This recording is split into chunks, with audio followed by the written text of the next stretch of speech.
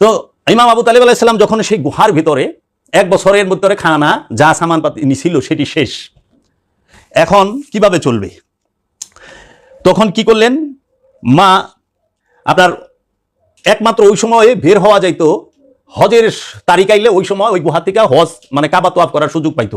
এমন সময় যদি কেউ দোকানে যায়, তার যদি পরিচিত হইতো, তার কাছে কেউ সদাই বেচতো না। আর আবুল আহাব, আবু জাহেল, উকবা সাহেবা এরা যখন দেখতো যে অমুক দোকানে সদাই কিনতে গেছে, যদি তখন এরকম একটা কাপ 1 দিরহাম দিয়ে কিনতো, তাহলে এরা ওইটার দাম কত 10 দিরহাম, যেন না কিনতে পারে। এবং ওনাদের কাছে আল্লাহ রসুলের কাছে এবং মাওলা আলীর বাবা এবং মাওলা আলীর বংশের কাছে যদি কেউ সামান বেচতো, তাদেরকে মায়ের ধর করা হইতো এবং তাদের ব্যবসা বাণিজ্য গাঠি গুসকা বাইন্দা পাঠাই দিত এবং অনেক মূল্য, চড়া মূল্য দিয়া তারা কিন্তু 1 বছরের ভিতরে যে খাবার নিছে সামান শেষ। তখন মা খাদিজাতুল কুবরার যিনি ভাতিজা, যে মা খাদিজাতুল কুবরার ভাতিজা যিনি হিশাম বিন আমরি, সামানা বুঝাই কইরা, জিনিসপত্র বুঝাই করে একটা উটের পিঠে দিয়া তার এক গুলাম রে দিয়া অন্ধকারে পাঠায় দিছে সেই সাহেব আবু তালিবের মধ্যে। এমন সময় আবু জাহেল দেইখা সেই গোলাম রে ধরে এবং দুইজনের মধ্যে খুব মারপিট হয়। দুইজনের মধ্যে যখন মারপিট হয়, উট তো পাঠাই দিছে গোলামে, এখান থেকে মারামারি হচ্ছে, উট ঢুকে গেছে গুহার ভিতরে মালামাল নিয়ে। এমন সময় আবু বকর সিদ্দিক তিনি দেখা বলে, যাইতে দাও, এইভাবে অমানবিক কাজ কেন? আবু বকর সিদ্দিক কিন্তু মহানবীর সাথে ইমাম আবু তালেবের সাথে সাহেব আবু তালেবের ভিতরে ছিলেন না। তিনিও মানা করছেন আবু জাহেলকে যে এত অত্যাচার জুলুম ভালো না, এটা করো কেন? তারপরে এইভাবে এই অনেকেই গোপনে উট বুঝাই করে মাল সামানা তাদেরকে দিত। 3 বৎসর পর্যন্ত পাহাড়ের গুহায় অবরুদ্ধ ছিল, এক বৈরা হইয়াছিল, সমাচ্যুত হইয়াছিল আল্লাহ রসুল। তাই কোন ওলি আল্লাহ যদি সমাচ্যুত হয়, এটা আল্লাহ রসুলের সুন্নত, মাওলা আলীর সুন্নত, রসুলের পরিবারের সুন্নত, আনন্দ করবেন, আলহামদুলিল্লাহ কইবেন, জাযাক আল্লাহ কইবেন। আল্লাহ রব্বুল আলামিনের আপনার প্রতি রহমত যে রসুলের একটা সুন্নত, মাওলা আলীর সুন্নত এবং রসুলের বংশের সুন্নত পালন করার তৌফিক দিছে, যে এই সমাজের এই মক্কার কাফের মতো এরা মিলা এক গড়ে করে ছেড়ে দিছে। এই এক গড়ে যখন করছে 3 বছর পর আল্লাহ রসুল রাহমাতাল লিল আলামিন বললেন, চাচা যান, আপনি ওদের কাছে যান, যায়া ওদেরকে বলেন যে তোমাদের যে সাথে যে চুক্তি হয়েছে, সেই চুক্তি ওইটার কাগজ নাই, ওইটার ওই লেখা লিখিত নাই, ওইটা পোকায় খায়া ফেলাইছে, আপনি যা বলেন তাদেরকে। তখন ইমাম আবু তালিব আলাইহিস সালাম এই কাফের গো সামনে গেলেন, যে ওইখানে আপনার প্রায় 8-9টার মধ্যে 7 জন বড় বড় সর্দার 7 দলের ছিলেন উপস্থিত। তো ইমাম আবু তালিব আলাইহিস সালাম সরাসরি কইলে তারা তো অন্যভাবে চেষ্টা করবো লিখানার, এর জন্য উনি কৌশল খাটাইলেন। ওইখানে দেখে যে যখন কাবার কাছে যাইতেছে, ওই সময় কাবার সর্দার যারা ছিলেন তাদের মধ্যে হিশাম বিন আমর, তারপরে জুহায়ের বিন আবি উমাইয়া এবং মোতাম বিন আবি, আবুল মুখতারিব বিন হিশাম, আবু জাহেল, আবুল আহাব, এরা বসে বলতেছিলেন। এবং আপনার তাদের একজন সর্দার, তার নাম হইল আবু সুফিয়ান। তারা যখন ইমাম আবু তালিব আলাইহিস সালাম যাচ্ছেন কাবার কাছে, এমন সময় দেখা মনে করতেছে যে আমাকে কাছে বোধহয় আত্মসমর্পণ করবার আইসে, আপোষ করবার আইসে, আমার কাছে মোহাম্মদকে তুলে দিব, আমরা মোহাম্মদ সাল্লাল্লাহু আলাইহি ওয়াসাল্লাম মাইরা ফেলাম। এমন সময় সামনে গেছে পরে, তুমি আসছো, তোমাদের না আসা নিষেধ, তোমরা বের হইছো কেন? তখন ইমাম আবু তালিব আলাইহিস সালাম, মাওলা আলীর বাবা, বলতেছেন যে আসছি হইলো ওই যে তোমাদের সাথে যে একটা চুক্তি হয়েছে না, তোমরা যে একটা চুক্তি করছো না, ওই যে ডিড যে করছো, ওইটার মধ্যে আমাদের কিছু কথা আছে যেগুলো তোমার আমাগো সাথে যায় এবং আমরা যেন তোমাদের সাথে আপোষ টাপোষ করতে পারি। উনি এইরকম একটা কৌশল খাটাইলেন যে ওইটা তুমি আমাকে একটু দেখাও, ওইখানে তোমাগোর সাথে আমাগোর সাথে আপোষ মীমাংসার একটা বিষয় কি কি আছে আমরা একটু দেখি, অনেক সময় তো হয়ে গেছে।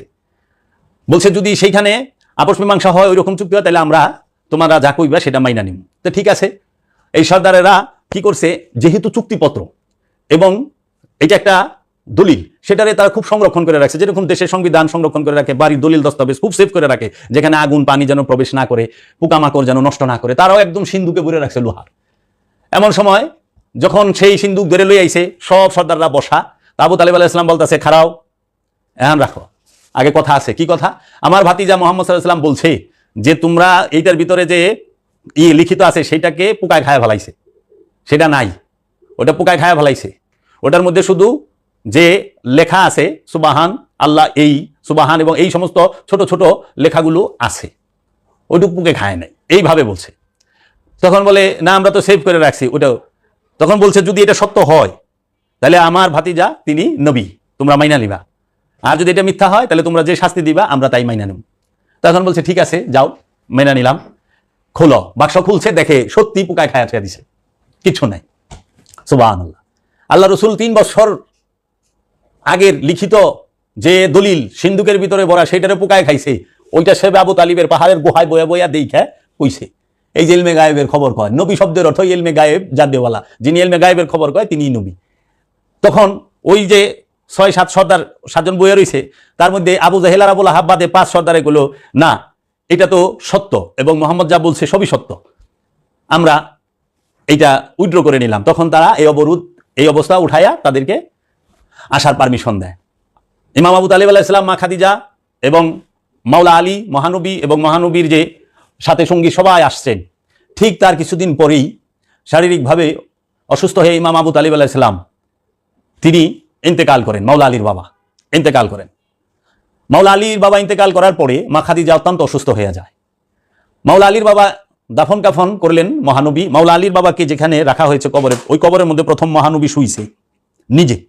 ওই সময় জানাজার বিধান আসে নাই, এমনিতে কবর যেছে, কিন্তু এই শুইছে মহানবী নিজে। তা যার কবরের ভিতরে মহানবী আগে শয় তার থেকে খুশনসিব আছে। আর মহানবীর উপরে মাওলা আলীর বাবার কত অগাধ প্রেম, মহব্বত এবং বিশ্বাস, ইমান। চিন্তা করতে পারেন, নিজ হাতে লালন পালন করছেন মহানবীকে মাওলা আলীর বাবা। আর এই ওহাবির বাচ্চারা কয় কি, এই উমাইয়া আব্বাসিয়াদের 5 গোলামেরা কয় কি, পেট্রোডলারে বিক্রি হওয়া, তারা মাওলা আলীর বাবা সম্পর্কে কি আজে বাজে মন্তব্য করে। মাওলা আলীর বাবাকে দাফন কাফনের পরে 3 দিন পরে মা খাদিজাতুল কুবরা ইন্তেকাল করেন। মাত্র 3 দিন পরে মহানবীর চাচা মাওলা আলীর বাবা ইমাম আবু তালিব আলাইহিস সালামের ইন্তেকালের 3 দিন পরে মা খাদিজাতুল কুবরা ইন্তেকাল করেন। মহানবীর দুইজন, একজন হলো জীবন সঙ্গী সহধর্মিনী, আরেকজন হইল গার্জেন, অভিভাবক, চাচা। 2 জনই ইন্তেকাল করলেন। মহানবী এর ভিতরে খুবই মানসিকভাবে একটু তিনি দুর্বল। এইভাবে যে আত্মীয় স্ত্রী মারা গেছেন, ইন্তেকাল করছেন, চাচা, গার্জেন, এই সুযোগে কি করছে, এই মক্কার 40 কাফের মিলা মিটিং করছে দারুন নতুবায়। ওই দারুন নতুবার মধ্যে ওই আবু জেহেল 40 কাফের মিটিং এর মধ্যে যিনি নাকি সভাপতি ছিলেন, তার নাম হলো শেখ নাজদি। এই শেখ নাজদি এবং আবু জেহেল তাহারা সম্পূর্ণ করেন যে মহানবীকে নিদ্রারত অবস্থায় ঘরে মধ্যে হত্যা করা, তাকে নির্বাসনে না দেওয়া, এক করে কোনো লাভ নাই, নির্বাসনে দেওয়া লাভ নাই, অন্য কিছুটা ডাইরেক্ট মেরে ফেলা। তখন আরবের মক্কার 40 কাফের 80 চোখ লইয়া মহানবীর ঘর ঘেরাও করছে রাতে। এমন সময় ওহী আসছে যে আপনি হিজরত করুন।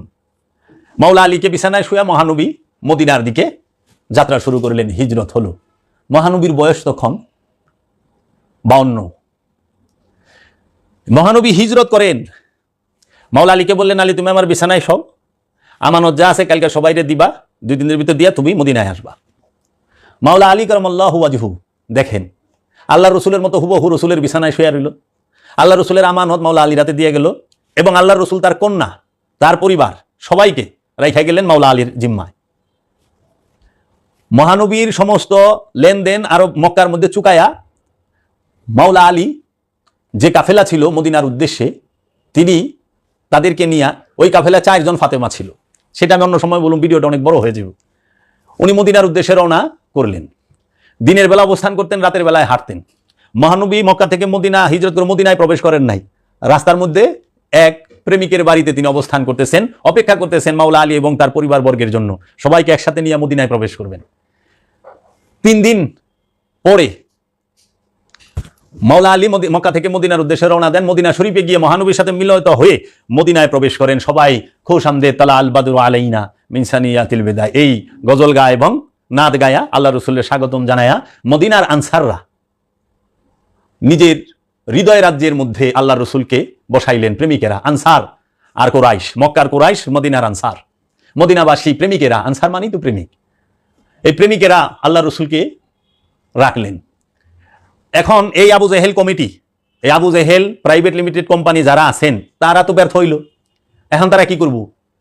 মহানবীকে হত্যা করার জন্য তারা মদিনা শরীফে গেছে। মদিনা শরীফে গেছে, মক্কা থেকে 600 মাইল দূর মদিনা। সেই মদিনায় গেছে মক্কা থেকে কোনো রাজা বা সারা জানে, এরা কিন্তু রাজা না। এই যে যেরকম আছে না মোল্লা বংশ, চৌধুরী বংশ, খা বংশ, শিকদার বংশ, এইরকম বড় বড় গোষ্ঠী গোত্র, তাগো বংশে 100, 500, 200 লাঠি আছে। এইরকম ভাবে যেরকম আবু বকর সিদ্দিক বনু তামিমির, ওই তামিমি গোষ্ঠীর, আমরা আরবে থাকছি, এরকম অনেক আছে। তামিমি আছে, গাতানি আছে, এরকম আছে, সৌদ আছে, ওহাবি আছে, এইরকম গোত্র অনেক আছে। আর এর নাম হয় নাকি 3 লাইন লম্বা লম্বা একটা নাম। তো এরা যায় এই মক্কা থেকে সব এখানে গেছে। সর্বপ্রথম যে যুদ্ধ হইল রসুলের সাথে, সেই যুদ্ধটির নাম হলো বদরের যুদ্ধ। বদরের যুদ্ধ কার সাথে হইল? বদরের যুদ্ধের নেতৃত্ব দিছে কে?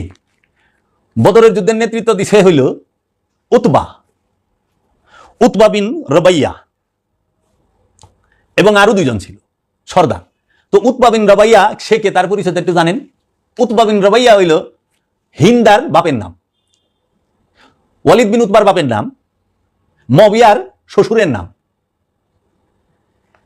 এই উতবারে এক কূপে দুই টুকরা করে ফেলাইছে মাওলা আলী, এবং বদরের যুদ্ধে তারা পরাজয় হয়। ওম থেকে তারা নিরাপদ স্থানে যায়। যাওয়ার পরে সেই বদরের যুদ্ধে রসুলের পতাকা মাওলা আলীর হাতে। দেখেন কেন মহানবীর বংশকে কুবায় কাটলো, কারা কাটলো, আমি এখন সুন্দর করে একটা দিতে চেষ্টা করুম আপনাদের।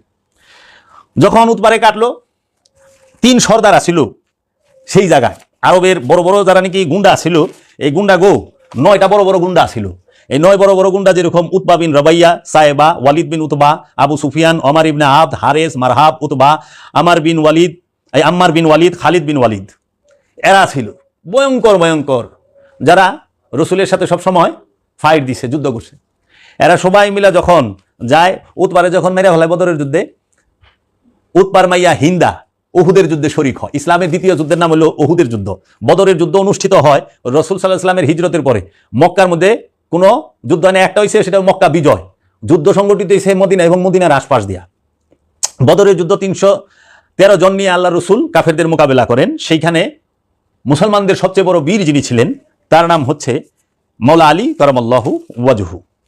এবং ওইখানে যে আপনার দ্বিতীয় হিজরির, মানে হিজরতের দ্বিতীয় বছর 17ই রমজান 13ই মার্চ 624 সালে বদরের যুদ্ধ হয় দ্বিতীয় হিজরিতে। উহুদের যুদ্ধ হয় 3 হিজরিতে, তৃতীয় হিজরিতে হয় উহুদের যুদ্ধ। এটা শাওয়াল মাসে হয়। মক্কার কুরাইশরা আর মদিনার আনসার, মক্কাবাসী আর মদিনাবাসীর মধ্যে যুদ্ধটা হয়। মানে মক্কার কাফেরেরা মদিনায় রসুল আক্রমণ করতে যায়, মদিনা আলারা ফুল টাইট দিয়ে দেয় মক্কার কাফের গুন্ডাগো, হ্যাঁ ফুল টাইট, মনে করেন একেবারে। তখন রসুলের সাথে 14 জন ছিলেন উহুদের যুদ্ধে। উহুদের যুদ্ধ খুব ভয়ানক পরিস্থিতি হয়েছিল। উহুদের যুদ্ধেই আল্লাহ রসুলকে আঘাত করে, দান মুবারক শহীদ করে, এবং আল্লাহ রসুলকে রাইখা অনেকে চলে যায়। তখনই মাওলা আলীকে বলছিলেন, ইয়া আলী আল মাদাদ, হে আলী সাহায্য করো আমাকে। এমন সময় মাওলা আলী কাফেরদের ভিতর থেকে আল্লাহ রসুলকে নিয়ে আসেন। এই উহুদের যুদ্ধের যিনি নেতৃত্ব দেন তিনি হলেন আবু সুফিয়ান, মুয়াবিয়ার বাপ। তার মধ্যে হিন্দা যুক্ত হয় এই উতবার মাইয়া। উহুদের যুদ্ধে যখন মুসলমানদের শোচনীয় একটা অবস্থা হয় কিছু ভুলের কারণে, তখন হযরত আমিরে হামজা রাদিয়াল্লাহু তাআলা আনহু, রাসূলের চাচা, উহুদের যুদ্ধে শহীদ হয়। উহুদের যুদ্ধে বুক ফাইরা কাঁচা কলিজা বাইর কইরা মুয়াবিয়ার মা এজিদের দাদি হিন্দা চাবায়া খায় জিদ্দে। কেন সে অংশ নিছিল? সে অংশ নিছিল কারণ তার বাপের খুনের বদলা নেওয়ার জন্য। আরবে আবার এই বংশের প্রতি খুব টাইট মায়া আছে, বাপের খুনের বদলা নেবার জন্য। তখন আমির হামজার 2 হাতের কবজি, নাকের মাথা, ঠোঁট, কানের লতি কাইটা মালা বানায় গলায় পিনছে, আর পাগলের মতো চিৎকার করছে আর গালিগালাজ করছে বিশ্রী ভাষায়, এবং কলিজা চাবায়া খাইছে আর বলছে, এ মোহাম্মদ কই তোরা, এবং আরো অনেকই করছে। এই সেই হিন্দার ছেলে মুয়াবিয়া। যেমন গাছ বাপ হইল আবু সুফিয়ান আর হিন্দা হইল তার মা, সেই ঘর থেকে হইছে মুয়াবিয়া, এজিদ। তাই আমরা বলি যে মুয়াবিয়া এবং আবু সুফিয়ান সে টপ ক্লাস কাফের ছিল। রসুলের বিরুদ্ধে সব যুদ্ধের মধ্যে সে অংশগ্রহণ করছে, নেতৃত্ব দিছে। তৃতীয় যুদ্ধটি ইসলামের যে হয় সেই যুদ্ধটি হইল 3 হিজরিতে গজওয়াতুল হামরাইল আসাদ, একটি যুদ্ধের নাম গজওয়াতুল হামরাইল আসাদ। এই 3য় হিজরিতে হয় এই যুদ্ধটি। তারপরে চতুর্থ যুদ্ধটি হয় 4 নম্বর যে যুদ্ধ হয় 4 হিজরিতে গজওয়ায়ে বানি নুদায়ের, শত্রু এরাই, এই মক্কার কুরাইশরাই, আরো আশেপাশে যারা নাকি এই ইহুদি ছিল, খ্রিস্টান ছিল, অনেকেই তাদের সাথে যুক্ত হয়েছে। তারপরে 5ম হিজরিতে গজওয়াতুল খান্দাক, এই যুদ্ধরে আরবিতে গজওয়া কয়, বুঝছেন, গজওয়াতুল খান্দাক, খান্দাকের যুদ্ধ হয়। 24,000 কাফের দুশমন আসে, আর বিপরীতে 3,000 সাহাবা নিয়ে রাসূল সাল্লাল্লাহু আলাইহি ওয়াসাল্লাম জমিন খুইদা আপনার 3.5 মাইল জায়গা খুদে মদিনার এরিয়া এই সাইড দিয়ে, এবং 5 গজ মানে 10 হাত চওড়া, 10 হাত খাই গর্ত করে, এইটাকে খন্দকের যুদ্ধ বলে। সেই খন্দকের যুদ্ধে আল্লাহ রসুল পেটে পাথর বাঁধেন। এটা মদিনায় হয়। মদিনার 5 হিজরিতে বনি কুরাইজা যুদ্ধ হয়, সেখানে আলমদার মাওলা আলী, বদরের মধ্যে আলমদার মাওলা আলী, উহুদে আলমদার মাওলা আলী, আপনার এই যে যুদ্ধ সেই যুদ্ধের মধ্যে 4 নম্বরে যে যুদ্ধ আপনার গাজওয়াতুল হামরাইল, এটার মধ্যেও সেনাপতি আলমদার মাওলা আলী, এবং গাজওয়াতুল নুদায়ের সেটার মধ্যেও সেনাপতি মাওলা আলী, এবং 5ম হিজরিতে খন্দকে সেখানেও মাওলা আলী। 5 হিজরিতে বনি কুরাইজার যুদ্ধ হয়, সেখানেও আলমদার মাওলা আলী। 6 হিজরিতে সারিজায় এখানে হয়। 7ম হিজরিতে গাজওয়ায়ে খাইবার। 7 হিজরিতে মানে মহানবীর বয়স যখন জাহিরি বয়স 53, 54, 55, 56, 57, হ্যাঁ 58, 59, 59 বছর বয়সে এই খাইবার যুদ্ধটি অনুষ্ঠিত হয়, আমরা যেটা দেখতে পাই এখানে। খাইবার যুদ্ধের মধ্যে খাইবার কি, খাইবার কারে কয়? খাইবার শব্দের অর্থ হলো কেল্লা, বিল্ডিং। এই যে রাজাদের যে কেল্লা থাকে, বিল্ডিং থাকে, কিলা কয় উর্দুতে, বিল্ডিং। খাইবার এটা বনি ইসরাইলদের একটা দুর্গ ছিল, মানে খ্রিস্টানদের ইহুদিদের একটা দুর্গ ছিল ইহুদিদের। সেইখানে বিশাল একটা এরিয়া এবং সেটার একটা গেট ছিল। সেইখান থেকে 2 বার মুসলমান আঘাত পেয়ে আসে। লাস্টে মহানবী বলল যে আমি কালকে এমন একজনকে খাইবারের আলাম দিমু যে হবে মরদ, রজুল। এই যে রসুল শব্দের অর্থ হলো পুরুষ, সে হবে রসুল। পরের দিন মাওলা আলীর হাতে খাইবারের আলাম পতাকা দেওয়া হয় এবং মাওলা আলী খাইবার ফাতা করে। এর জন্য বলা হয় লা ফাতা ইল্লা আলী, আলীর মতো বিজয়ী কেউই নাই। লা সাইফ ইল্লা জুলফিকার, জুলফিকারের থেকে ধারালো তীক্ষ্ণ তরবারিও কোনোটা নাই। এবং এই খাইবারের যুদ্ধে খাইবারের তাদের রসুলের বিপরীত 10,000 রিজার্ভ সৈন্য ছিল, 20,000 আর্মি ছিল তাদের, টোটাল 30,000, 60,000 জনসংখ্যা ছিল খাইবার এরিয়ার। এবং রসুল সাল্লাল্লাহু আলাইহি ওয়াসাল্লাম 1600 সাহাবা নিয়ে খাইবার যুদ্ধে চলে যায় এবং রসুল সাল্লাল্লাহু আলাইহি ওয়াসাল্লাম এই যুদ্ধে 15 জন সাহাবী শহীদ হন এবং 70 জন বনি ইসরাইলি তারা মারা যায়। তারপরে 8ম হিজরিতে রমজানুল মুবারকে 10,000 সাহাবী নিয়ে মদিনা থেকে আল্লাহর রসুল মক্কা গিয়ে মক্কা বিজয় করেন। 8ম হিজরিতে তায়েফ বিজয় হয়। 9ম হিজরিতে বনু তায়েকা বুতখানা বিজয় হয়। 9ম হিজরিতে বনু তায়েকা বুতখানা বিজয় লাভ করে। 10ম হিজরিতে ইয়ামান জয় করে। তারপরে রসুল 10ম হিজরিতেই মক্কায় বিদায় হজ এবং 10ম হিজরিতেই গাদিরে খুমের ভাষণ এবং মহানবী পর্দা গ্রহণ করেন। এই শুরু থেকে শেষ পর্যন্ত সর্বস্থলে মাওলা আলী মহানবীর সাথে। টোটাল শুধু একটা যুদ্ধের মধ্যে মাওলা আলী মহানবীর সাথে ছিলেন না, সেটা হলো তবুকের যুদ্ধ। তবুকের যুদ্ধের মধ্যে মহানবী আদেশ করছিলেন মদিনার মানুষকে দেখাশোনা করার। সেইখানে সেই মাওলা আলী মহানবী উফাত লাভ করলেন, মা ফাতিমাও উফাত লাভ করলেন, মা খাদিজাতুল কুবরাও চলে গেলেন, ইমাম আবু তালিব আলাইহিস সালামও চলে গেলেন এবং মা ফাতেমা বিনত আসাদও চলে গেলেন। মাওলা আলী সিরেফ একা। মা ফাতেমার সাথে মদিনায় মহানবী মাওলা আলীর সাথে বিয়ে দেন। এটা 2য় হিজরিতে মা ফাতেমার সাথে বিবাহ দেন মাওলা আলীর সাথে। মহানবী মা খাদিজার সাথে 27 বছর সংসার করেন, দ্বিতীয় কোনো স্ত্রী নেন না। মহানবী দ্বিতীয় স্ত্রী নিছেন 55 থেকে 60 বছর, 59 বছর, এই 4 বছরে অন্যান্য স্ত্রীগুলো তিনি নিছেন। আমি সেই বিষয়ে আরেকদিন আলোচনা করব, যেহেতু আজকে মাওলা আলীর বিষয়।